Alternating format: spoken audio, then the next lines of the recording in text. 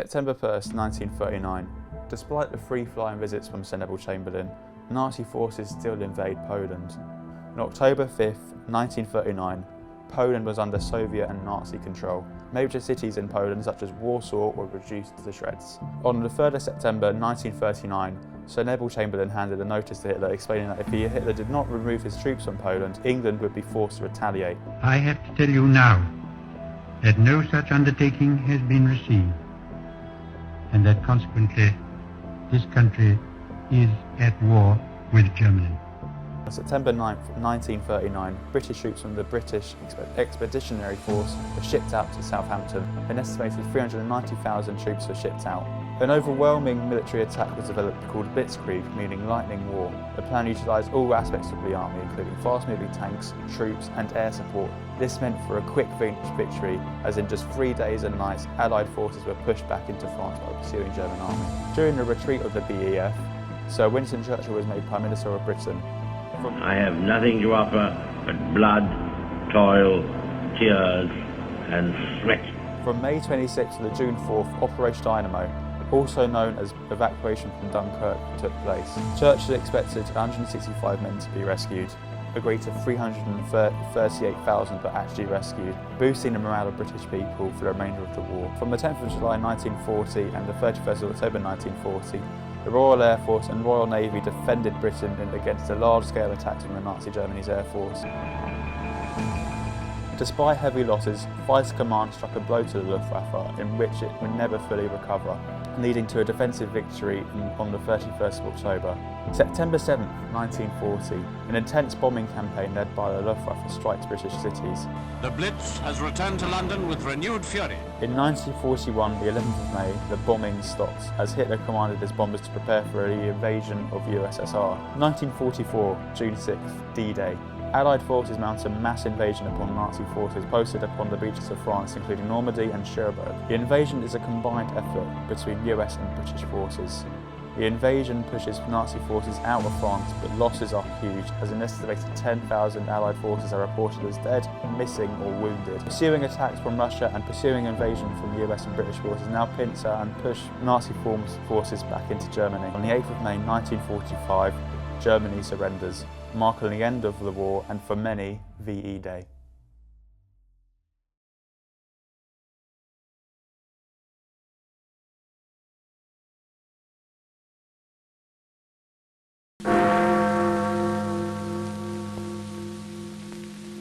Yesterday morning at 2:41 a.m. at General Eisenhower's headquarters, General Jodl, the representative of the German High Command, and of Grand Admiral Dönitz, the designated head of the German state, signed the act of unconditional surrender of all German land, sea, and air forces in Europe to the Allied expeditionary forces and simultaneously to the Soviet High Command. We may allow ourselves a brief period of rejoicing. Today is Victory in Europe Day. Come the time when the war was ending, and we all knew it was because we heard on the radio, and that followed with arrangements for parties. Well, even in Tadworth, the American and the Canadian people, soldiers, turned on a magnificent display, and down our road, Ashurst Road, and round the village came a huge parade of guns, huge guns, searchlights. You've never seen anything so big. There were planes with their wings folded backwards so they could travel down the road. We soon learned that there was going to be a big parade up in London, and Dad still had to wear his uniform because he wasn't officially demobbed.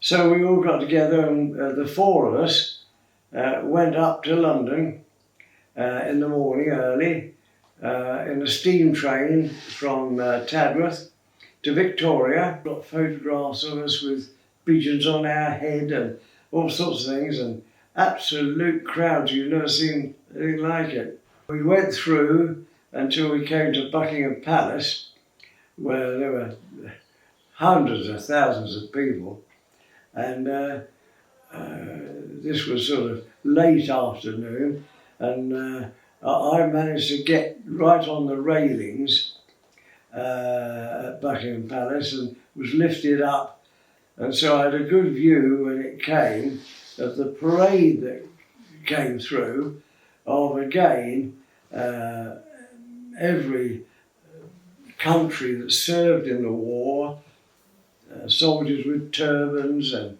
so on. It was very exciting. The noise was horrendous. There was cheering and dancing, and people were absolutely, well, they'd obviously had too much to drink, but they were dancing, I mean, nicely, and it was, well, very well done, and they were thoroughly enjoyed themselves.